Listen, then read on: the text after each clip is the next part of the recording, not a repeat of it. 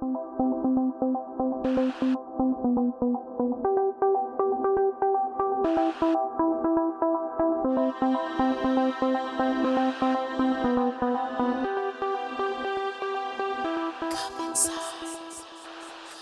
bienvenidos a un nuevo episodio de Carpe Diem Podcast. Hola, bienvenidos a un episodio más. Recuerden que estamos en la tercera temporada ya y en nuestro cuarto capítulo pues les tenemos una grata sorpresa. Así es, el día de hoy vamos a tener un excelente invitado que vamos a aprender mucho, tanto ustedes como nosotras. Pero antes de todo esto, queremos hablarles un poco acerca de lo que vamos a tocar el día de hoy. Creo que es un tema bastante nuevo, pero también es un tema sumamente interesante. Así es, y pues el día de hoy vamos a hablar un poquito acerca de la psicología forense y de la perfilación criminal. Creo que es un tema que nos gusta mucho y a mí durante toda la carrera fue un tema que realmente me llamaba mucho la atención y todo el tiempo era como que, ay, quiero saber más y quiero saber más. Lamentablemente nos tocó hasta el último trimestre de la carrera, pero pues al final nos tocó con un profesor que la verdad siempre quisimos mucho. Y pues sí, o sea, vamos a hablar un poquito de qué se trata, cómo que un psicólogo forense, cómo que a ver si vamos a separar que la criminalística de la psicología, qué está pasando aquí, ¿no? Y cómo es, a qué se dedica el psicólogo, porque a lo mejor muchos no saben cómo de, ay, sí, ¿no? Y es como el meme de, no tratan muertos.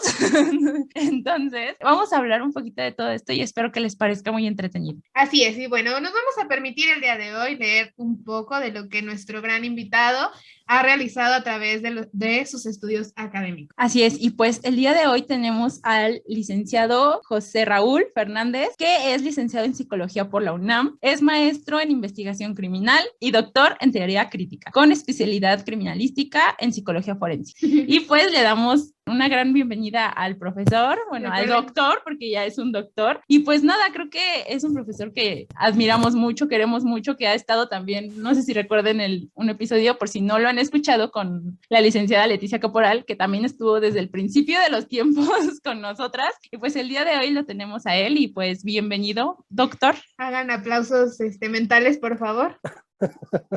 Hombre, niñas, muchísimas gracias, al contrario, por la invitación. La verdad es un gusto que por fin podamos coincidir. De buena manera nos tardamos 3 temporadas, o sea, fue radicalmente rápido para que se pueda llevar a cabo este proceso y esta situación. Pero bueno, pues dicen en el pueblo que es mejor que pase en algún momento que no pase nunca. Entonces, estoy total y completamente encantado de estar con ustedes en este momento, pues para trabajar y para hablar de estos temas tan escabrosos, complicados. Y me gustó cómo hicieron la presentación cuando decían que es un tema total y completamente nuevo. Pues sí es nuevo y no es nuevo, o sea, es chistosón, ¿eh?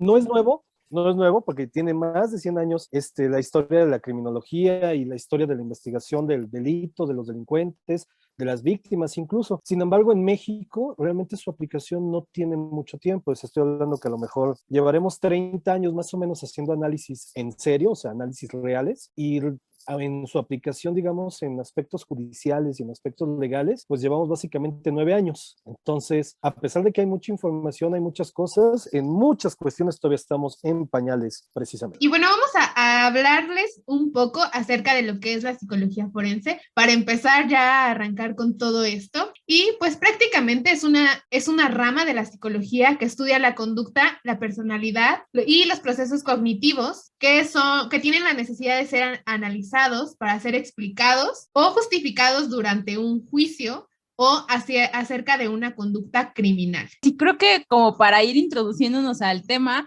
estaría nada de más. Cuéntenos, o sea, usted que es el que se dedica a todo esto y el que está bien inmerso en todo esto, sepan que durante toda la carrera nos estuvo prometiendo así como de que los voy a llevar a ver una necropsia y así nos trajo, ¿no? Hasta que al final llegamos a 14avo y ya pudimos ir a una necropsia, nos cumplió porque casi lo acribillamos, pero nos cumplió. Entonces, creo que usted nos sería como la persona más indicada para decirnos cómo que psicólogo forense. Ok, perfecto. Bueno, antes que otra cosa, me encanta que todavía recuerden esos momentos de estudiantes cuando os llevé precisamente ese tipo de prácticas. Muchas veces yo creo que cuando vamos a ver una necropsia vamos con un montón de ideas, ¿no? Y vamos sobre todo con mucho morbo, que es ahorita un tema que me gustaría platicar con ustedes, el tema del morbo, porque siempre produce alguna sensación implícita estas cuestiones.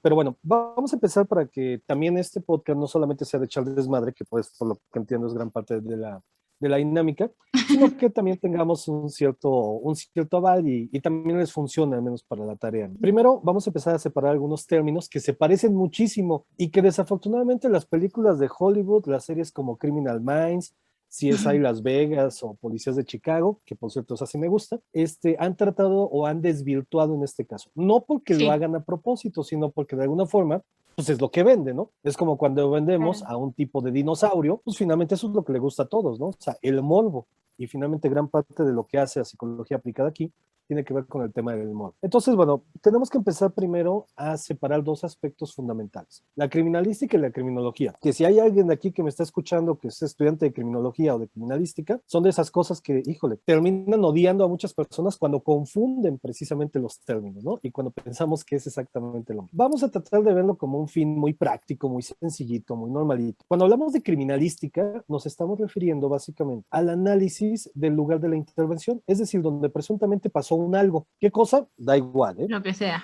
Pudo haber pasado un homicidio, un suicidio, yo qué sé, ¿no? Pero ese es, anteriormente se llamaba lugar de los hechos, hoy en día se conoce como lugar de la investigación. Sabemos que pasó algo, ¿ok? Pero ¿qué carajos fue lo que pasó? ¿Qué diablos fue lo? ¿Quién se va a encargar de llevar a cabo un análisis de ese lugar y tratar de hacer una hipótesis con respecto a las situaciones? Va a ser la criminalista, que va a funcionar como si fuera una disciplina.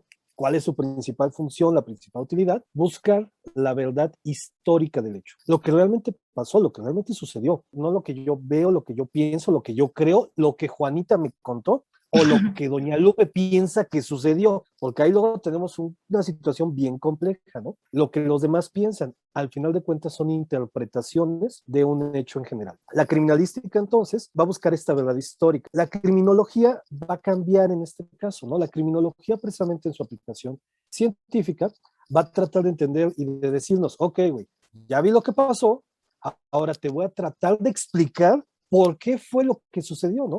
¿Por qué sucedió ese evento? Vamos a pensarlo de la siguiente manera. ¿Cuáles fueron las motivaciones del delincuente? ¿Cuál fue el móvil? ¿Cuál fue el modus operandi a lo mejor? ¿Por qué lo hizo? ¿Por qué lo hizo y por qué se lo hizo a esta persona y no a alguien más? Y eso es interesante porque muchas veces cuando juntamos la criminología y la victimología, así como nos damos cuenta que hay perfiles criminales, no todo el mundo asesina, no todo el mundo mata, no todo el mundo roba, no todo el mundo viola, no todo el mundo secuestra, ¿eh? Son perfiles de alguna forma que tienden a ser un tanto específicos, pues también no se lo hacemos a cualquier persona, ¿eh? O sea, imagínense ustedes que llego yo a mis 30 y tantos años, 30 y muchos. En tus 15 primaveras. Exactamente, mis 15 primaveras, por la segunda vuelta más 10. Y entonces estoy en las calles de Santa Fe, ahí que son subidas maravillosas. Llego y busco un grupo de 2 o 3 chavos, les quito el celular y yo me echo a correr. Por Dios, seguramente en 2 cuadras ya me alcanzaron todos. Pues evidentemente yo no voy a tener un perfil en el cual me voy a robar algo y me voy a echar a correr precisamente con eso, ¿no? Entonces, cuando tratamos de analizar precisamente las motivaciones, por qué fue que lo hizo, por qué fue que lo llevó a cabo, que esto es algo muy común y muy importante, sobre todo el día de hoy con el tema de los feminicidios, por ejemplo, pues qué es lo que los motiva, ¿no? ¿Qué es lo que produce? ¿Qué es lo que causa? ¿Qué es lo que sucede para que pase ese efecto en términos generales? Y básicamente, sobre ese onda de investigación, sobre todo ese rubro de investigación, que tenemos en primera instancia el señor don César Lombroso, que es así como el mero don papá de la criminología, por ahí del año de 1876, cuando se hicieron los primeros congresos en criminología, pues él en aquel entonces nos daba ciertas posturas, nos daba ciertas teorías, ¿no? Y él nos decía que, por ejemplo, había ciertos criminales que nacían, Claro. Un tema complicado, ¿no? O sea, ya naces criminal, híjole, qué fuerte, ¿no? Sí. Y es más, además de todo, como él estaba muy influenciado por teorías de Darwin, por ejemplo, con esta onda de aquel momento que tenía que ver con una ciencia de carácter total y completamente positivista. Recuerden que cuando hablamos de positivismo no nos estamos refiriendo a únicamente a los optimistas o ver la vida positiva. Sé feliz, sé feliz. Positivismo es la aplicación del método científico, literalmente, ¿va? Claro. Y entonces, en aquel entonces, ¿qué fue lo que pasó con don Lombroso? Bueno, nos decía que había criminales natos, que así nacían. Qué fuerte está esto, ¿no? Básicamente venía en tu organización de genética, en tu ADN, y ya te chingaste, ¿no? Y ya, valió. Hijo de criminales, valió mal, se volvió criminal. Ya los querían arrestar desde que nacían, ¿no? Exactamente, lo cual pues, de alguna forma están de acuerdo que es como en automático, nace el niño, nace la niña y ya le estás poniendo la cadena, le estás poniendo la etiqueta, el Justamente estigma. este estigma y esta etiqueta es el que podría en un futuro, porque para entrar ahora sí que en esta parte en la que Lombroso decía que era meramente genético, que nacíamos ya malos o buenos, era como decir, entonces, ¿qué pasa cuando nacemos y nos enfrentamos hacia el ambiente, hacia todo lo que vivimos, ¿no? Entonces estamos dejando, exactamente, entonces estamos dejando de lado que a lo mejor el niñito, ya por tenerle ese estigma o esa etiqueta, al final pues podría pasar que sí. ¿Por qué? Porque está en el ambiente en el que se desenvuelve. Totalmente de acuerdo, ¿no? Ahora, un tema interesante, estamos hablando del 1800 en aquel entonces. Finalmente nosotros, si ustedes lo recordarán, porque cómo se los explicaron hasta el cansancio en la cadera, nos vemos como organismos biopsicosociales. ¿Hay cuestiones biológicas? Sí, pero ¿y lo social, compadre? Ahí fue algo que todavía no se analizaba, pero peor aún, y lo psicológico, claro, esa habilidad de resiliencia que tenemos, ¿no? Si lo queremos ver en un concepto. Puedo nacer en una familia, pero eso no implica que voy a seguir todos los patrones estructurales que me está indicando la familia. Ahora, yo sé que esto sí nos suena como una teoría bien viejita, ¿no? Una teoría bien jodida, como que dices, híjole, pues qué bueno que ha pasado el tiempo y ya no lo vemos de esta manera, ¿no? Sin embargo, por ejemplo, el día de hoy, si nos subimos en un micro, si nos subimos en el metro, vamos caminando en la calle, y lo voy a decir con todo el respeto y con todo el cariño del mundo, y para que no suene aquí que soy un retrógrado en mis comentarios, en mis opiniones, en cosas parecidas. Usted de ese. Pero vamos a pensarlo de la siguiente manera. Si voy caminando en la calle y de repente veo que viene un güey, una persona pues de con color de piel moreno, por ejemplo, que a lo mejor llega con ciertas características físicas, como tatuajes, a lo mejor pelo rapado, mal encarado, en automático pienso que me va a chingar. Claro. Y justamente esto viene del estigma y de las etiquetas que empezamos a poner, ¿no? Claro, nos han sembrado tanto, a lo mejor en nuestra mente, como así se ve la maldad o así vemos reflejado que alguien podría hacerte daño, que a través de él puede ser vulnerable. Y mucho de eso, no sé si lo recordé, la vez que fuimos a ver creo que ya lo dije en otro capítulo del podcast, no estoy segura, pero la vez que fuimos a ver la necropsia, yo me fui a juntar con usted porque yo quería hacerle muchas preguntas mientras veíamos la necropsia. Entonces hubo un momento en donde, viendo a la persona que estaba pues en la mesa, yo le comenté, se va a escuchar feo y se escucha clasista, pero la forma en la que murió concuerda con su físico. Sí, y le acabas de dar un tema bien complicado, ¿no? Además de la etiqueta, el tema del clasismo. Sí, y fíjense está cañón. Que precisamente ese es un tema que tenemos bien complicado nosotros aquí en el país, porque normalmente al poner esas etiquetas y ser totalmente clasistas, pensamos que un delincuente va a ser persona que tiene ciertas características biológicas, ¿no? Justamente. Y cuando la realidad, seguramente tenemos varios expresidentes que nos han chingado mucho, sí, claro, ¿no? Y siempre vistieron en traje y fueron en buenas universidades. Así es. Claro que también hablábamos un poco acerca de esto, ¿no? O sea, de cómo las personas de una familia con bajas circunstancias iba a tener un proceso delictivo, alguien que era a lo mejor rico y blanco. Y que son los que más nos chingan. Ajá, son estos delincuentes de cuello blanco, que las mujeres solamente podíamos cometer crímenes pasionales, cuando sabemos que no es así, porque también existen muchas mujeres clasificadas sobre asesinos serial. Entonces, también como todo esto nos va como implementando un cierto pensar en el desarrollo de la sociedad y la cultura de cada país. Exactamente, y precisamente parte de toda esa situación clasista, digo, ahorita que lo platicábamos de manera teórica, podríamos decir, uy, qué teoría tan vieja y qué poco actual, ¿no? Pero si hacemos una pequeña reflexión de nosotros, de cómo estamos, de cómo vivimos hoy en día, nos damos cuenta que sigue existiendo, que se sigue viendo y que se sigue haciendo desafortunadamente, ¿no? Son parte de esas barreras que precisamente tenemos que aprender a romper precisamente con el tiempo, con los años, y que no hay otra forma de romperlas que no sea con la educación, que no sea con la formación, con actualizaciones, con seguir leyendo y sobre todo con tener un mundo más empático, que al menos a mi juicio es gran parte de lo que necesitamos vivir el día de hoy. Sí, y es mucho de lo que, además de que nos hace falta vivir, es algo que nos hace falta entender y saber hacerlo, porque es fácil muchas veces decir, ay, ¿por qué no es empático el viejito de allá afuera que siempre trae la cara de gruñón y mentando madres por todos lados, ¿no? Pero realmente creo que eso es algo que no está tan inmerso en nuestra cultura y como dice, vamos a tener que ir poco a poco llegando a eso. Claro.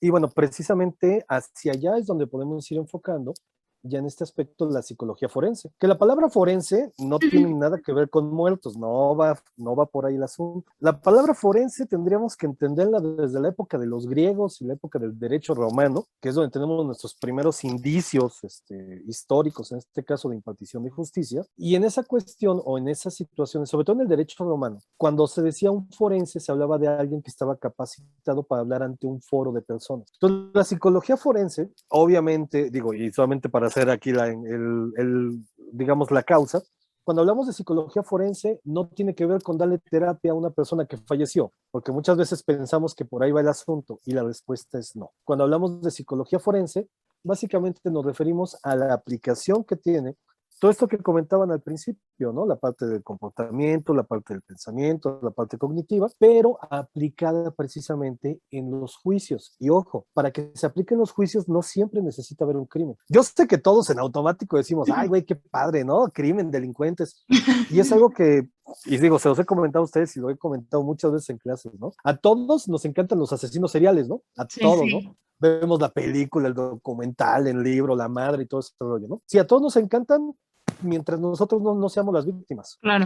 Somos la víctima, vale, ahí sí ya no nos gusta. Claro, y que también tiene que ver como esto también que hablábamos al principio, ¿no? El morbo que le tenemos hacia el concepto muerte, hacia el concepto, a esta persona, cómo pudo cometer tantos crímenes, qué era lo que hacía, o sea, toda esta curiosidad que nos envuelve a querer conocer y saber más. Por supuesto, ¿no? Y que al final de cuentas, digo, yo entiendo el tema de la curiosidad, entiendo el tema del morbo, entiendo el tema de, ay, vamos a ver qué pasó, ¿no? De qué le sucedió. Pues miren, a honor a la verdad, sí hay muchos casos, digo, si quieren ahorita platicamos algunos, pero sí hay muchos casos donde sí podemos encontrar un montón de eventos y situaciones atenuantes, pero la realidad, y perdonen con lo que voy a decir, yo creo que todos en nuestra vida hemos tenido algún tipo de momento o algún tipo de situación jodida, pero eso no implica que finalmente terminemos haciendo ese tipo de acciones o haciendo ese tipo de delitos, ¿no? Claro. Esto lo vemos muy de la mano, por ejemplo, con agresores sexuales.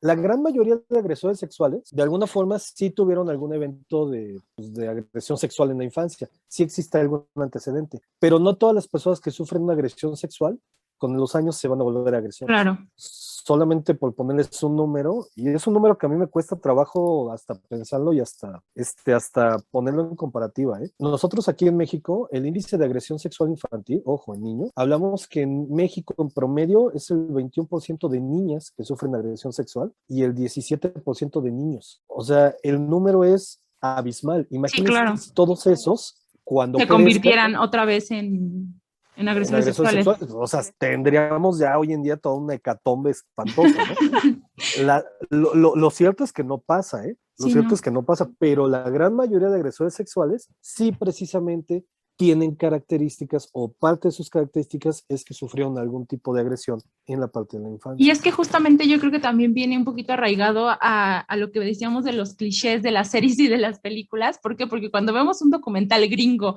de Ted Bundy, nos dicen que el pobrecito de Ted Bundy, su mamá no lo quería y se arman ahí como que todo lo que viene detrás y eso nos hace creer que en todos los casos va a ser lo mismo, ¿no? Cuando a lo mejor no pasa de esa manera. Claro. Ahora, fíjense que aquí tenemos un tema y digo, vale mucho la pena para que lo rescatemos en este caso, ¿no? ¿Influyen las vivencias? Claro que sí. Claro. Por supuesto, influyen en todos los casos, ¿eh? Porque si no suena como que lo demeritamos, ay, pues si no eres asesino serial no hay pedo, ¿no? No, o sea, la realidad es que todo influye. La diferencia está de qué manera va a influir en la persona. Y la resiliencia, como lo comentaba, ¿no? Exactamente, pues solamente les voy a poner un dato ahí muy por encimita, ¿no? Uno de los estados en la República Mexicana que tiene mayor incidencia en abuso sexual infantil es el estado de Guerrero. Y curiosamente es uno de los estados que tiene una incidencia más alta en violencia. Básicamente en Guerrero, pues esos niños que sufren de agresiones sexuales en la infancia, cuando crecen o cuando pasan los años, pues lo podemos entender o lo podríamos ver a nivel de fenómeno con el tema de la violencia que está pasando en ese momento. Claro. Hace algún tiempo leí una cita por ahí, era como un proverbio africano o una cosa así, que decía que el niño que no sienta el calor de su tribu cuando sea pequeño va a sentir el calor de las llamas cuando crezca. Y creo que es como ese tipo de explicación a lo mejor. claro. Y de alguna forma creo que ese proverbio que mencionas, y sí, precisamente es africano, no recuerdo exactamente el país, pero está hecho muy para el tema de las aldeas y todo ese tipo de situaciones, pero sí nos habla precisamente de parte de esta unidad familiar, social, estructural que deberíamos de tener para que exista ese fenómeno de resiliencia que comentábamos hace un momento, ¿no? Ujú. Si no existe, si no, de alguna forma no existe en la estructura social, en la familiar, no les ayudamos a los niños para darles herramientas con las cuales puedan sobreponerse a ese hecho o ese evento, pues terminamos en lo que pasa en muchos lugares del país, ¿no? Digo, no quiero encasillar estados, pero por ejemplo, hay algunos que donde hay más violencia, hay algunos donde hay más trata de personas, por ejemplo, hay otros donde hay más narcotráfico, narcomenudeo, hay otros donde hay más asesinatos, donde hay absolutamente de todo. La verdad es que la incidencia de asesinos seriales no es tan alta como parecería, ¿eh? Solamente que sí venden más por el Claro. morbo, porque al final de cuentas es toda una desestructura completa que tienen en todo el transcurso de su vida. Y va a Aquí ser al en final lo que México, decíamos, a vender, ¿no? Va a ser lo que va a venir a vender. exactamente. Ahora, eso que toman, bueno, eso que tocan en este momento, ¿no? Que se funciona para vender, tiene que ver con un tema social y cultural. ¿Y por qué se los digo? En Estados Unidos, ellos se basan en una corriente filosófica, digamos, en nivel económico, porque tiene que ver el dinero, tiene que ver el capitalismo, tiene que ver todas estas cosas, claro, pero ellos se basan en algo que se le conoce como pragmatismo. Para pronto, y perdonen para su público si hay algún gringo en estos momentos, en términos generales, los gringos le sacan provecho a todo. Pasa un evento, pasa una tragedia, pasa algo y le sacan un provecho. Y por ejemplo, ahorita comentaron, ¿no? Ted Bundy, tradicional, ¿no? Película, Netflix, la Serie. marihuana y media, ¿no? Serie, Zac las Efron. cintas, y no sé qué tanto rollo, ¿no? Pero resulta que, ¿qué creen? Bueno, resulta que cuando vemos eso, Ted Bundy es de esos asesinos en serie de Estados Unidos que cumple con el perfil psicológico completo de un asesino en serie, literalmente, o sea, de librito, está hecho de librito. Y yo les puedo decir que aquí en México, hoy en día, se presupone que tenemos más de 30 asesinos seriales libres. ¿En serie? Y es más, en serie, están libres porque todavía no se han atrapado, ¿no? Y es más, yo les apuesto que si nos ponemos a pensar asesinos seriales en México, vean nada más. Tenemos a la Mataviejitas, ¿no? Que esa, pues, todo el mundo la conoce, la ubica y la topa, ¿no? Tenemos la tanda de los monstruos, ¿no? El monstruo de Catepec, o el de Atizapán, o el de Toluca, pero toda esta onda de monstruos, ¿no? Que les ponemos el nombre porque nos cuesta trabajo entender que una persona haya llevado a cabo ese tipo de conductas o ese tipo de acciones. Entonces tiene que ser otra cosa para poderlo clasificar en algo que, o justificar lo que está haciendo, ¿no? Exactamente, que eso, si se dan cuenta, eso es algo espantoso que hacemos. Sí. Y digo hacemos porque lo hace la prensa y lo hace, pues sí, todos los medios de comunicación, ¿no? Y lo creo que también tiene que ver con la misma población, o sea, es la única forma en la que entiendes como población o como mexicano que eso está, que como es un monstruo o está a lo mejor cargado de cierta divinidad, lo entiendes y lo puedes decir, ok, esta persona, por llamarla así, es porque causó un mal hacia nuestra sociedad. Claro, pero también estarán de acuerdo conmigo que ponerle a alguien el apelativo de monstruo es como quitarle la responsabilidad de su historia, de su pasado, de sus trastornos psicológicos. Sí, claro. Y de ser humano, de sus vidas. Exactamente. Es más fácil para entender, ¿no? Así le echamos la culpa a una cuestión más que suene más como a un tema divino, como a un tema así medio escabroso, y nos dejan, y ya no nos hacemos responsables, porque ojo, de alguna forma que aparezcan estos personajes, es responsabilidad de ellos, sí, es responsabilidad de su familia también, pero también es responsabilidad de la estructura social, Sí, también claro. nosotros como sociedad, en algo les estamos cagando para que aparezcan estas personas, en algo la cagamos, ¿en qué? No me pregunten, ahí sí ya es materia de un montón de análisis, ¿no? Pero eso quiere decir que como estructura social también la estamos regando en algo. Ahora, estos que son los más famosos, ¿no? Pero por ejemplo, aquí en México, aunque ustedes no lo crean, en el año del 2012 al 2017 más o menos, que fue cuando lo agarraron, tuvimos un personaje entre Guadalajara y Michoacán, que asesinó más de 40 personas en un lapso de unos 8 años más o menos, y que cumple con criterios diagnósticos más bonitos todavía que los de Ted Bundy. Mexicano. No sé, mexicano, iba a decir orgullosamente mexicano, pero no. Pero no. Pero él, por ejemplo, y de él si lo buscamos en internet, buscamos noticias, aparecen ciertas notas, ¿no? O sea, cuando salió, en la nota roja, en el metro, cosas parecidas. Pero nada amarillista, profe. Bueno, es nada que sí morboso. funciona, ¿no? Pero si queremos buscar información científica de él, de lo que hizo, el modus operandi, su estructura de personal y eso ya no hay, porque en México solamente preferimos ponerle nombres como monstruos, ¿no? En lugar de Claro. analizar y de pensar por qué pasa. Aquí en México estamos muy dados a utilizar esto de muerto el niño, tapado el pozo, ¿no? Algo así le dicen. Literalmente, vemos que pasa algo, le ponemos un título, le ponemos un nombre, le ponemos una categoría y tan tan. Lo dejamos que se vaya, literalmente que se vaya, que se quede y Que se hacemos de cuenta olvide. que no existió. Exactamente. Por eso es que parecería que México nunca aprende de sus errores, ¿eh? Por eso parecería que esa memoria histórica social aplica en todos lados, pero no aplica aquí en México, ¿no? Por eso es que todavía le tenemos fe y esperanza al Cruz Azul de que va a ser bicampeón en este Ya caso, ganó. ¿no? Bicampeón. Bueno, ok. Pero por eso tuvimos fe y esperanza al Cruz Azul 20 y tantos años, ¿no? Veintitantos Para que años. fuera campeón. Claro, y que Sí, también fueron como 22, 23. viene como agarrado de lo que decíamos al principio acerca de cómo, a pesar de que la psicología forense y criminal tiene un largo campo de estudio, en México no lo aplicamos o no llegamos a decir, ok, vamos a hacer esto, vamos a investigarlo, porque tampoco hay una cultura sobre la prevención, que es prácticamente también cosa que hemos hablado a lo largo de los capítulos, que no nos preocupamos sobre no repetir los errores del pasado dejando pasar todo esto. O sea, si no existe la información clara, ¿cómo vamos a saber que otro podría causarnos cierto mal, si es que lo podemos llamar así, socialmente? Totalmente de acuerdo. Mucho ¿Se también acordaron? es parte del, dicen bien, ¿no? Que a lo mejor México está como está porque no se ha invertido lo suficiente en educación, ¿no?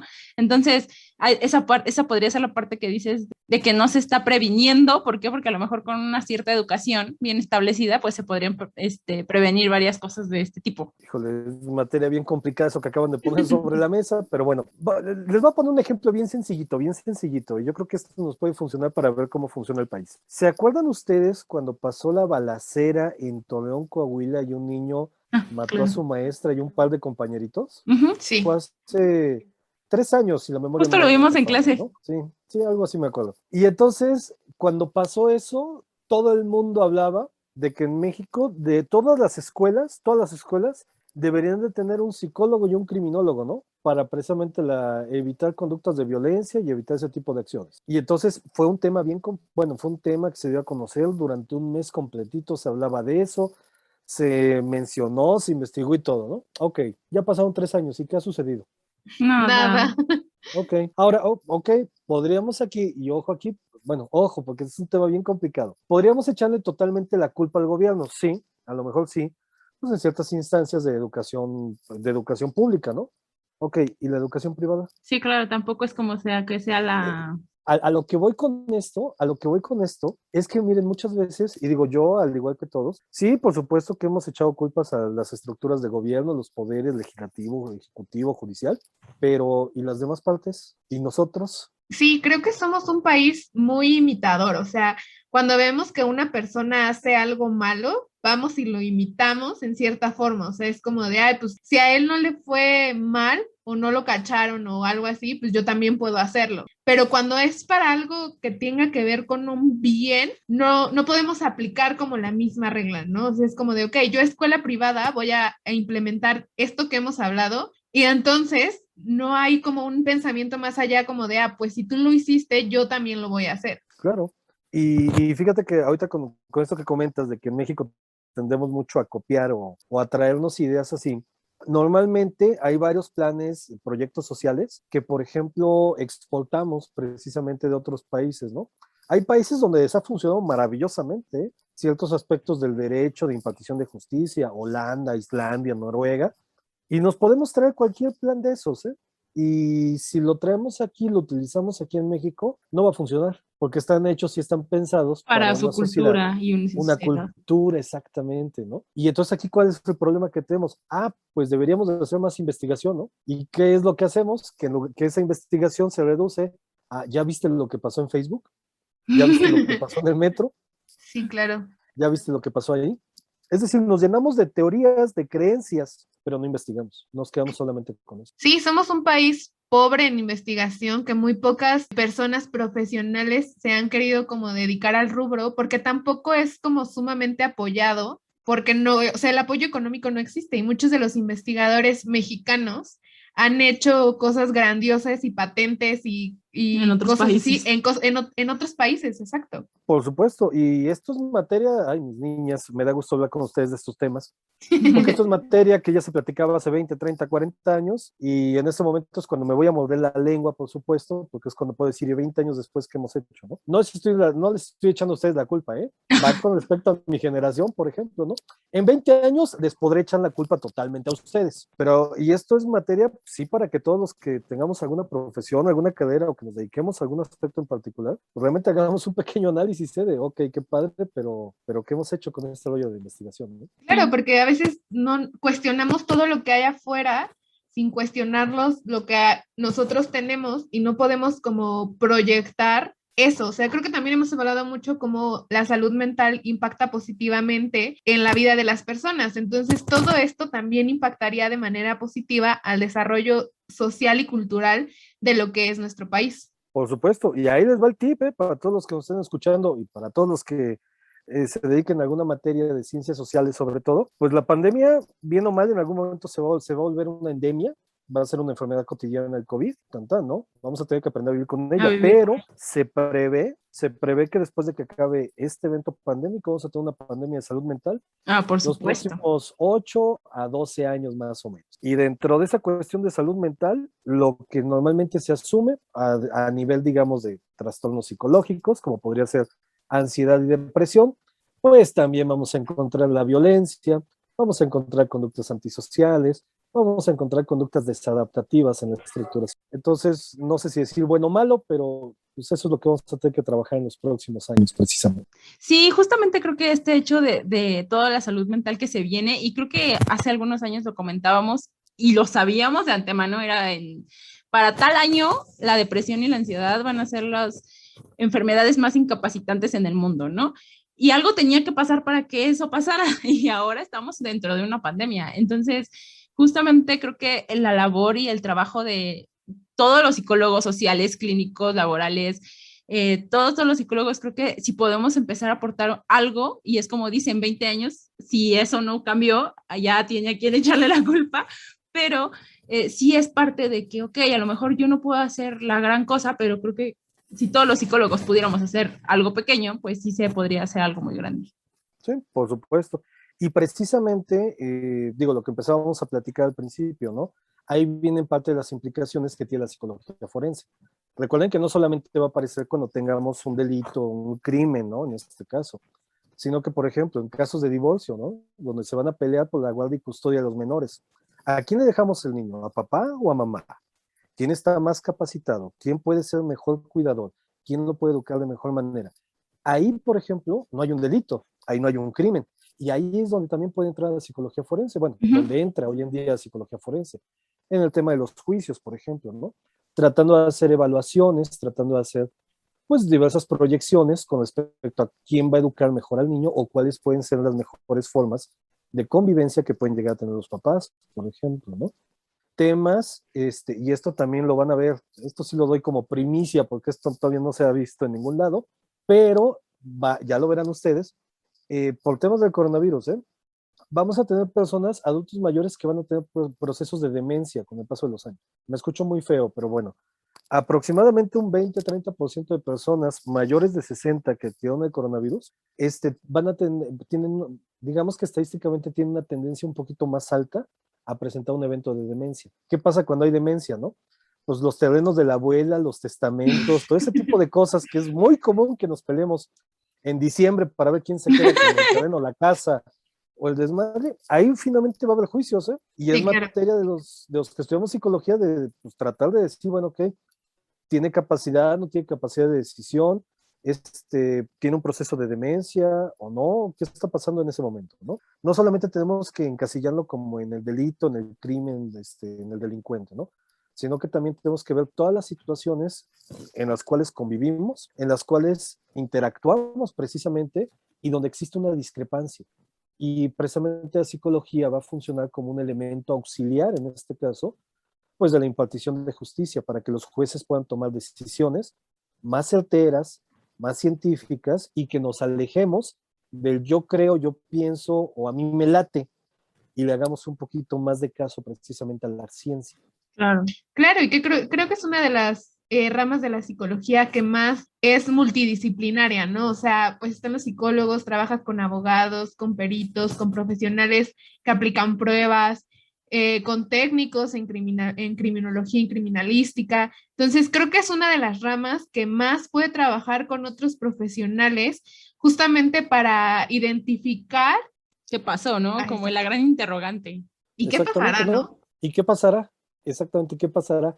Tratar de predecir un poco. No es ser adivino, ¿eh? No es poner una Claro. bola de cristal y ver qué va a pasar el día de mañana. No, no es adivinanza, pero bueno, vamos a ser también muy sinceros, ¿no? Cuando analizas a una persona, cuando aplicas pruebas, cuando tienes toda una estructura completa de alguien, pues ya sabes pues que tiene plumas, que tiene pico, que tiene patas, que camina y que hace cuá, cuá, ¿no? Que es un guajolote seguramente, ¿no? O sea, pues si todos los indicios van hacia un lado, pues se podría predecir hacia dónde va a terminar ese tipo de evento o ese tipo de situaciones. Y por ejemplo, en materia de psicología criminal, también podríamos detectar, no, digo, no podríamos saber a ciencia cierta quién va a cometer un delito, un crimen, una cosa así, ¿no?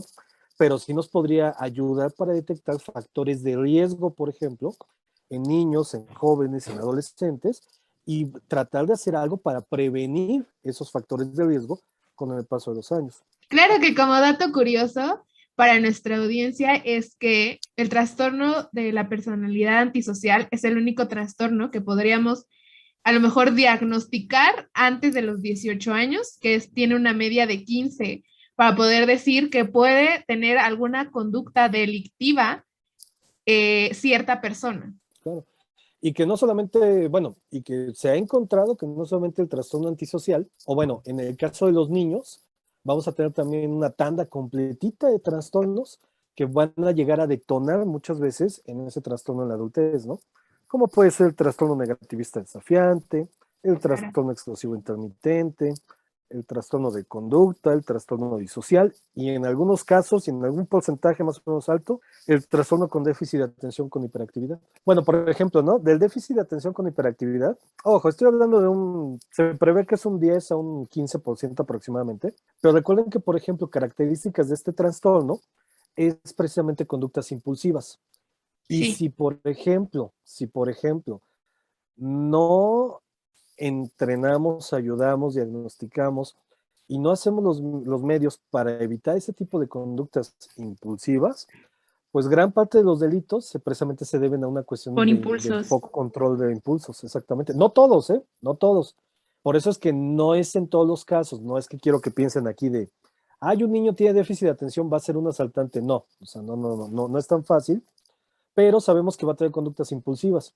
Y si, por ejemplo, tiene déficit de atención con hiperactividad y tiene conductas impulsivas y tiene una familia permisiva y tiene un entorno social que a lo mejor lo va acercando, lo va adentrando a un mundo, vamos a pensarlo así, tema de drogas, por ejemplo, ¿no? Vive en Ecatepec. Pues, pues digo, no hay que ser un genio para darnos cuenta que a lo mejor el niño, con el paso de los años, pues a lo mejor tiene un consumo desmedido, consumo impulsivo de drogas, y si además nunca manejo la parte de los límites, no tiene la esencia o la idea de que precisamente hay un castigo, de que precisamente puede pasar algo malo ante las acciones que cometa, pues son los clásicos chavos que tienen 20 años, 22 años, se quieren ir a chelear o están cheleando, van a comprar caguamas al Oxxo a las 3 de la mañana, que no sé si ustedes lo sepan, pero ya no te las venden a las 3 de la mañana, se enojan con el Oxxo, toman una piedra, se la avientan a la ventana y rompen el vidrio, ¿no? ¿Eso ya es un delito? La respuesta es sí.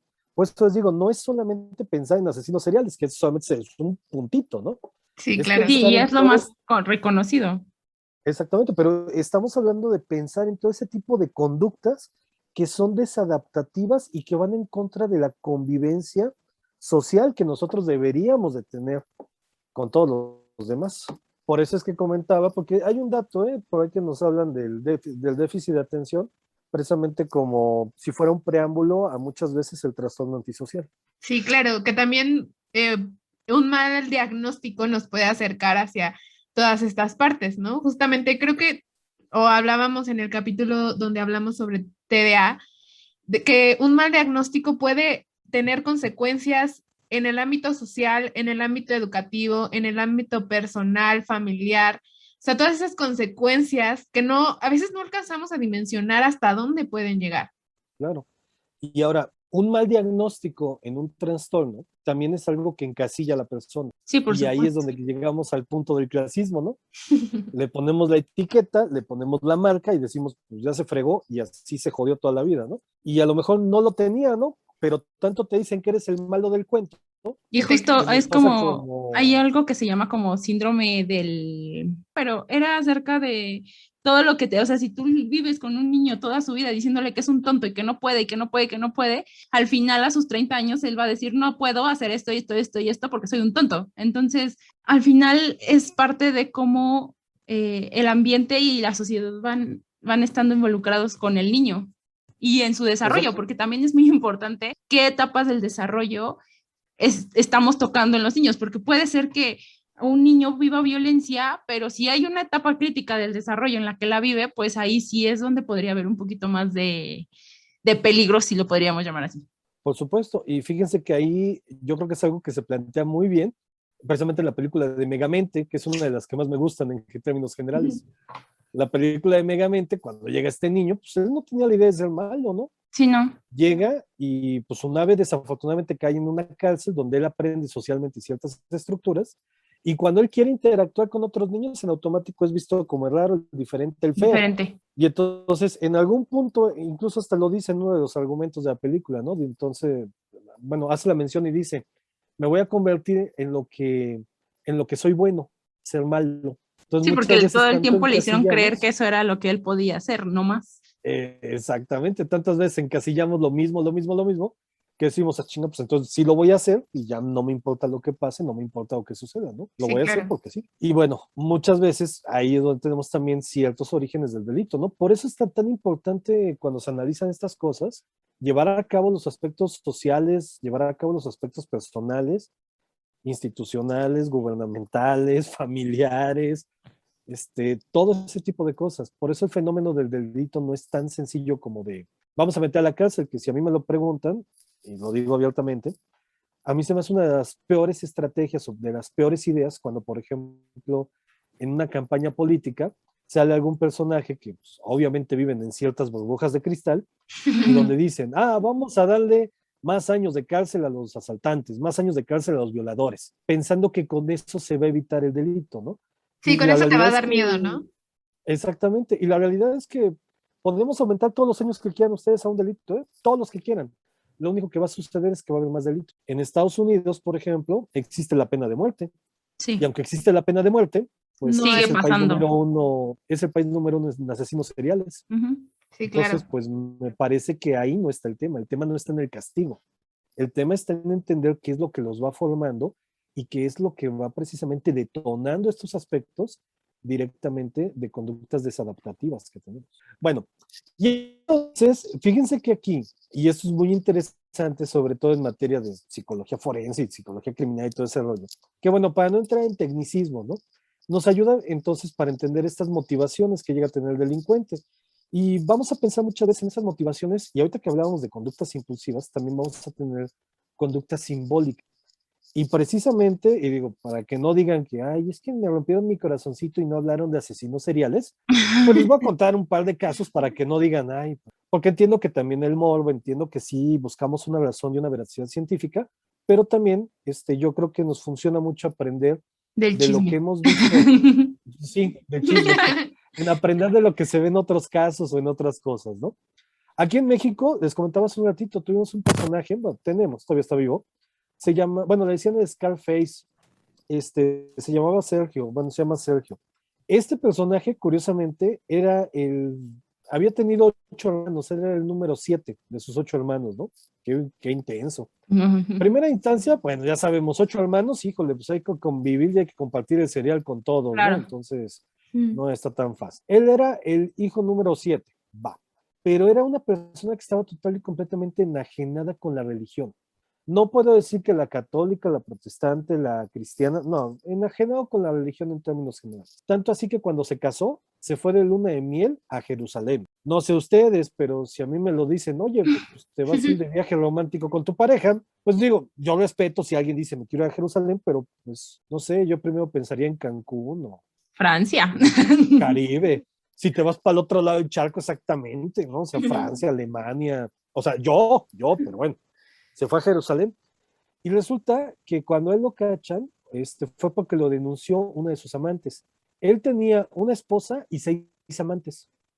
Cosa curiosa, ¿no? Nada más. Otra vez el número 7. Ajá. ¿Se dan cuenta? Otra vez siguen siendo 7. Él estaba total y completamente obsesionado con el número 7, literalmente, y todo lo hacía en tandas de 7, en tandas de 7. No. Y él mató más de 40 personas, y de esas 40 personas, uno de 2 tipos. Mataban narcotraficantes, ¿sí? Marcaban narcotraficantes, porque era parte de su negocio. Mató como a 20, pero mató a más de 20 prostitutas. ¿Por qué? Porque él precisamente, como estaba muy enajenado con el tema religioso, él pensaba que las prostitutas iban en contra, pues, del deber ser, de la protección religiosa, y que le llevaban a contra precisamente pues a toda la cuestión, digamos, persinada y toda la Que cuestión era como pecado para dogmática que pronto, él ¿no? creía. Exactamente, que eran pecadoras, hijas Y de la cosa. libidinosas. Mató a más de 20 y algunos homosexuales por la misma situación, por el mismo contexto. Y sus cuerpos los aventaba en la carretera que va de Guadalajara a Tamaulipas. Y además de todo, los echaba en una bolsa y los dejaba precisamente a la orilla de la carretera para que los encontraran fácilmente y rápidamente. Ujú. Pero aquí lo interesante de él es todo el tema de obsesión, porque aunque no lo crean, antes de que él, ojo, yo les dije, tenía una esposa, 6 amantes, o sea, 7 mujeres. Las 7 vivían en la misma casa, las 7 se O se sabían. conocían. Sí, pues se conocían, se ubicaban, se topaban, todas vivían juntas. Se topaban. Entonces, o sea, si lo quieren ver así, voy a hacer un chiste muy malo, qué macho alfa, ¿no? O sea, a mí me cuesta trabajo para decir, ay, me habló una amiga, ¿no? No manches, lo hiciste con 7 mujeres en la misma casa, pues está cañón, ¿no? Y como parte de sus rituales que él tenía, antes de tener relaciones sexuales con ellas, llevaba a cabo un método de purificación con cada una de ellas, donde las ponía a orar, a separar su alma del espíritu, de no sé qué tanta madre, precisamente para sentir que estaban siendo limpias, que estaban siendo purificadas, y en ese momento poder tener relaciones sexuales precisamente con ellas. Órale. Y ahí está Pues ahí una parte de los rituales conductuales que es tenían, ¿no? exactamente. Y esto va muy de la mano con un segundo caso que les voy a comentar, pero este es extranjero, este es de un soviético, bueno, ucraniano en específico, que fue Andrei Chikatilo, ya por la época de los 80s. Andrei Chikatilo tenía una característica, y hablando de estas conductas simbólicas precisamente que comentaban, él siempre tuvo problemas para mantener una erección.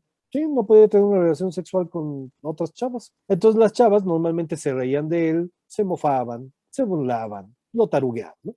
Y entonces él en algún momento, a pesar de que ya estaba casado y tenía 2 hijos, y pongo sus 2 hijos entre comillas, porque bueno, no sé cómo fueron concebidos, pues él contrata a una prostituta, resulta que intentaba o trataba de tener una relación sexual con ella, no tuvo la erección, la prostituta se rió, él se enojó, se molestó, se indignó por eso, le dio una cachetada, la chava empezó a sangrar y la sangre lo excitó. Oh my gosh. Tanto así que, por ejemplo, literalmente, tanto así que literal, él tomaba un cuchillo y se los enterraba a las mujeres, en este caso, mujeres o niñas que abusaba sexualmente, y no era necesario que incluso que existiera la penetración, sino él podía llegar a eyacular solamente acuchillándolas. Literalmente ahí estaba su fetiche. Textualmente, una conducta total y completamente simbólica en este caso. Claro. Eso precisamente es lo que tratamos de analizar en la parte de la psicología criminal. Tratar de entender que esos fenómenos y esas situaciones no salen solo porque sí, sino que realmente aparecen, se van modificando y se van adecuando a una realidad histórica y social en la cual nosotros estamos viviendo. Sí, porque todo tiene un porqué en la persona, ¿no? O sea, por ejemplo, si hablamos de Ed Kemper, pues el hecho que fueran colegialas y que fueran mujeres, pues eso era parte de su excitación y era parte de su necesidad para poder tener una relación sexual placentera. Literalmente, conductas simbólicas, ¿no? Si lo pensamos en la Mataviejitas, pues ella tenía una muy mala relación con su mamá. Sí, Sí. claro. ¿Y a quién mataba? A las viejitas, ¿no? Una conducta simbólica, mataba a su mamá cada vez que Cada llevaba vez a que cabo un mataba a una asesinato. viejita. Exactamente. Y ahí podemos encontrar un montón de temas, un montón de casos, ¿no? Incluso hay muchas mujeres asesinas seriales La incidencia no es tan alta como en los hombres, hay más en los hombres. Yo creo que es porque no las cachamos tan fácilmente, ¿eh? Con todo el respeto del mundo, Son sí, más las mujeres son inteligentes, mejores profe. que los hombres para... Sí, la verdad sí, son mejores para esconder ese tipo de información y ese tipo de situaciones. Seguramente habrá, deben de existir muchísimas, pero no todas salen a la flota, ¿no? No todas, digamos, que salen a la luz. Incluso porque no es tan fácil, ¿no? Vamos a pensarlo en la estructura social, pensar en una mujer que lleva a cabo un delito contra la vida, ¿no? Cuando en Claro. teoría, pues la misma mujer es la que trae la vida. Sí, exacto. O sea, como una mujer que tiene que ser a lo mejor la ama de casa y todos estos estereotipos que ya sabemos de las mujeres, cómo ella podría atreverse a cometer un homicidio en esas características. Exactamente. Y pues, híjole, ahí tenemos un tema bien complicadito y bien interesante precisamente para hacer este tipo de cosas, ¿no? De hecho, hay un caso, no recuerdo ahorita el nombre, pero era una mujer y si hubiera cometido el delito, hubiera sido la asesina serial más prolífica en la historia. Envenenó los dulces de Halloween en Inglaterra, Mm, o sea, pero todos. envenenó, les estoy hablando de que envenenó más de 1,000 dulces. La cacharon antes de que entregara los dulces. Imagínense si entrega 1,000 dulces envenenados en Inglaterra a los niños. Sí, claro. En una noche se hubiera echado, no voy a pensar que en 1,000, pero se hubiera echado más de 100 o 200 niños más. Y también creo que está mucho esta parte de que a lo mejor también viene con estas conductas simbólicas de cómo los hombres y las mujeres, estas conductas criminales son como completamente diferentes, ¿no? A lo mejor yo creo que un hombre jamás se le hubiera ocurrido de, ay, voy a envenenar los dulces para dárselos a los niños. O sea, creo que los hombres son un poquito más de que el cuchillo, por ejemplo, o que la sangre, o que un poquito de este tipo, y las mujeres son un poquito como más, como que lo hacen ver más bonito de alguna manera. Sí, exactamente. Y tendría que ver con un tema tanto de la estética, también como de las cuestiones sociales, ¿no? Que eso, si lo pensamos, también podría funcionar en el tema del suicidio, ¿no? Sí, ¿Cómo se Justamente. suicida una mujer? Pues se suicida romantizándolo un Con las poquito más, ¿no? cortándose pastillitas. las venas. Sí, haciéndolo de una forma más bonito, ¿no? Y muchas veces, ¿cómo se suicida un hombre? Pues agarra el güey y se avienta del piso 20 o se Un echa al metro y balazo. queda como carne molida. Se mete un plomazo y deja todo un desmadre en su casa, ¿no?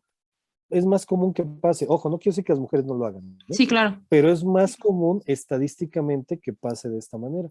Y tiene que ver, como lo hemos estado platicando el día de hoy, ¿no? Que yo creo que es algo importante, con esta relación social en la cual nosotros vivimos y tenemos que interactuar día con día. Sí, porque al final de cuentas estamos tan expuestos a lo que vivimos, a la realidad, porque es nuestra realidad, que todo lo que vamos viviendo, así vayamos caminando por una avenida, todo nos va a venir bombardeando. ¿Por qué? Porque al final de cuentas tenemos un sistema nervioso central que es como una esponjita, que nuestro cerebro todo el tiempo está como que agarrando de donde puede, porque pues está inmerso de muchos estímulos. Y que también parte de lo que hablábamos mucho, lo que todos tenemos este instinto criminal en algún punto y lo que nos detiene a veces es el quedarse en la imaginación o llevarlo directamente al acto. Claro, de alguna forma todos los que estamos aquí presentes, escuchando, y cualquier persona en el mundo, todos en algún momento hemos pensado en hacerle daño a alguien. De una Todos en u algún otra momento hemos manera. pensado, claro, o sea, piensen en sus exparejas, ¿no? Yo creo que todos en algún momento hemos dicho, ay, espero que, no sé, se te caiga el pelo, ¿no? Bueno, ahora entiendo varias cosas. Pero todos en algún punto a lo mejor hemos pensado en hacer algo malo, ¿no? Pero Claro. eso no implica que lo hagamos, nos detenemos, nos contenemos. Tenemos una estructura, tenemos una cuestión social que nos dice, ay, No no, puedo. Y aguántate está tantito. esta cuestión justo moral, que es como de, híjole, ¿no? ¿Cómo yo podría venir a hacer? Pero ahí está la otra parte también en la que, no, aquí yo pienso y actúo, ¿por qué? Porque pues mi impulso es lo que me genera. Claro. Y ahora fíjense, a pesar de que todos hemos pensado algo malo y no lo hemos hecho hasta el momento, no nos exime de que no lo podamos hacer Sí, después. claro. Sí, claro. Todos, y lo digo abiertamente, y perdón por si alguien se ofende, todos somos delincuentes, criminales y asesinos en potencia. Lo que pasa es que no hemos encontrado la motivación adecuada. Alguien me podría decir ahorita, no, yo nunca lastimaría a nadie, ¿no? No, Me pero yo creo gustaría que ver, incluso pasan, y justo como lo dice ahorita, a lo mejor yo diría, no, yo nunca podría matar nunca a nadie, pero a lo mejor si yo veo que le hacen algo a alguien que yo amo, en ese momento ni siquiera voy a pensar que yo un día dije que nunca le iba a le hacer nada a nadie, simplemente voy a agarrar algo y pelas, ¿no? Por supuesto, de hecho hay muchas noticias que se pueden encontrar en los periódicos donde dicen, ay, pues llegó la mamá a su casa y vio como su nueva pareja o su novio, algo así, abusaba sexualmente de su hijo y le metió 50 puñaladas. Sí, obvio. Entonces es que imagínense, ¿no? Llegar y ver que están haciéndole algo así a la persona que en teoría más amas en el mundo.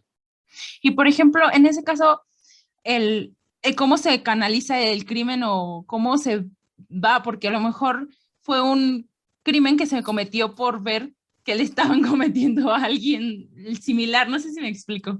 O sea, tu pregunta, yo me imagino, o bueno, el comentario es como, ¿qué hacemos con esta señora? O sea, porque no manches, no podemos pedir que reaccione con prudencia ni con sapiencia, ¿no? Se lo metemos Sí, en la claro, o sea, cárcel. al final también le estaba cometiendo un delito a la persona que abusaba de su hijo, ¿no? Entonces, Por ¿qué supuesto. pasa en este caso? Mira, el proceso normal, pues, o sea, tiene que llegar a un juicio. El delito es por homicidio, literalmente.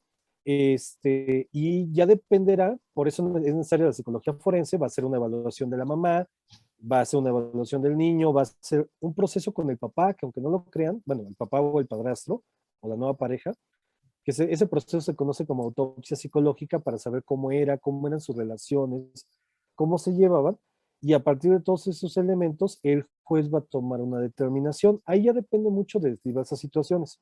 Por ejemplo, hay una manera o hay una forma de defensa que se le conoce como perturbación emocional. ¿A qué voy con esto? Pues ella podría argumentar, ¿no? Puede ser que cumpla con las características de estrés postraumático, y como ustedes lo saben, cuando tenemos estrés postraumático por vivir una relación de violencia, no pensamos, solamente actuamos, nos disociamos. Es decir, que quien actuó, quien llevó a cabo y todo ese rollo no fue su parte racional. No es que ella sea un homicida, lo que pasa es que se dejó llevar únicamente por el impulso, por el instinto y tuvo una perturbación emocional. Claro. Y ahí ya dependerá de las herramientas, de lo que se encuentre, de lo que se analice, de todo lo que encontremos a nivel científico, para que ella tenga la sanción más justa dependiendo su caso. No todos los casos van a ser iguales, no. Pero aquí lo que buscamos precisamente es un tema de justicia, y una justicia a partir de una veracidad científica. Podría pasar que desde que, pues de plano tenga que cumplir una condena, pero la pueda cumplir desde su casa. Podría pasar que le den 3, 4, 5 años de cárcel, podría pasar que le den 20. Depende de las situaciones, depende de muchísimos factores que se tienen que analizar en ese momento. Y justamente, ¿no? Aquí, por ejemplo, en esta parte entra el psicólogo y dice, ok, yo voy a meterme a estudiar a esta persona con pruebas, entrevistas a lo mejor, y digo, ok, a lo mejor esta mujer está diciendo que fue porque vio que a su hijo le estaban haciendo tal y cual cosa, pero a lo mejor su prueba de personalidad antisocial sale demasiado alta, entonces ahí también podría puntuar o podría dirigirse el caso a decir, no, pues es que ella sí ya tenía demasiadas conductas antisociales desde un principio, no solamente fue el hecho que observó en ese momento. Claro, a lo mejor ese hecho fue el detonante, Claro. pero ahí, por ejemplo, ¿no? Podríamos encontrar a lo mejor una mujer que tiene características antisociales, pero también podríamos encontrar una mujer que sufre de violencia, ¿no? Y entonces su estructura de personalidad sería total y Totalmente completamente diferente. Claro, diferente. que ya es una Exactamente. conducta aprendida, ¿no? O sea, una mujer violentada simplemente lo que va a reaccionar después es hacia la defensa, más allá de tener la racionalidad de decir si eso estaba bien o no, porque ya tuvo un cierto patrón de conducta continua y llega un punto en el que obviamente sin tener la razón emocionalmente, visceralmente, te diriges completamente hacia el acto. Claro que sí. Y precisamente de ahí lo importante que podamos llevar a cabo una evaluación y que podamos llevar a cabo todo un proceso completo precisamente con ella, ¿no? Para saber qué fue lo que pasó, qué fue lo que sucedió, las motivaciones. Ojo, no la estoy eximiendo de la culpa o de la responsabilidad de haber matado a su pareja, pero cada persona es diferente, cada acción es diferente y cada caso es diferente. Y por eso es que todos se deben de analizar en este caso. Así es, y al final es como el hecho que comentábamos en un principio de los entes biopsicosociales, que es justamente el empezar a estudiar estas tres partes para poder llegar como a una conclusión. Claro, ¿Por qué? pues sí. Porque creo que como psicólogos nosotros siempre decimos como de... Y están los memes del depende, ¿cuál es la frase del psicólogo? Depende, ¿no? ¿Por qué? Porque no nos vamos a poner a generalizar de que si pasaron 20 cosas, 20 homicidios, por decir así, los 20 homicidios fueron por las mismas razones o por lo mismo, o sea, no vamos a generalizar porque como dice, o sea, cada caso, cada persona es totalmente diferente. Sí, que hay muchas cosas que se repiten y son como congruentes en algunas otras cosas, pero a final de cuentas, esta individualidad que nos ha caracterizado como seres humanos pensantes es lo que va a determinar al final de cuentas. Y ahí es donde debemos de tener mucho cuidado, ¿no? O sea, no solamente somos un ganado, no solamente somos un grupo de personas, no solamente somos pues una tanda de gentes, ¿no? O sea, somos individuos, somos historias, somos pasado, somos familia, somos futuro, somos estudios, somos cosas tan complejas en términos generales, que no podemos ser tan simplistas como nos quiere ver muchas veces la mercadotecnia, como nos quiere ver muchas veces las estructuras económicas. O sea, somos mucho más complejos que eso, y yo creo que la psicología tiene ahí una deuda maravillosa y tiene ahí un camino precioso para que constantemente nos recuerde esa situación, y que así como el médico y su famosa frase de paracetamol, pues nosotros también hagamos de esta frase del depende una razón de análisis para la individualidad precisamente de cada uno de nosotros. Sí, claro, y no olvidarnos de que cada ser humano y como seres humanos pues tenemos esa parte muy nuestra, aunque todos somos prácticamente la misma raza, si lo queremos ver así, porque somos animales, somos seres humanos, pero pues al final, al final dentro de la sociedad y de la cultura es en donde nos vamos a diferenciar, ¿no? Y de las vivencias, que es lo que acaba de decir, y creo que un comentario muy acertado como para ir cerrando el capítulo. Y pues que no nos queda más que agradecerle mucho por estar con nosotras esta tarde, profesor. Una plática muy interesante, creo.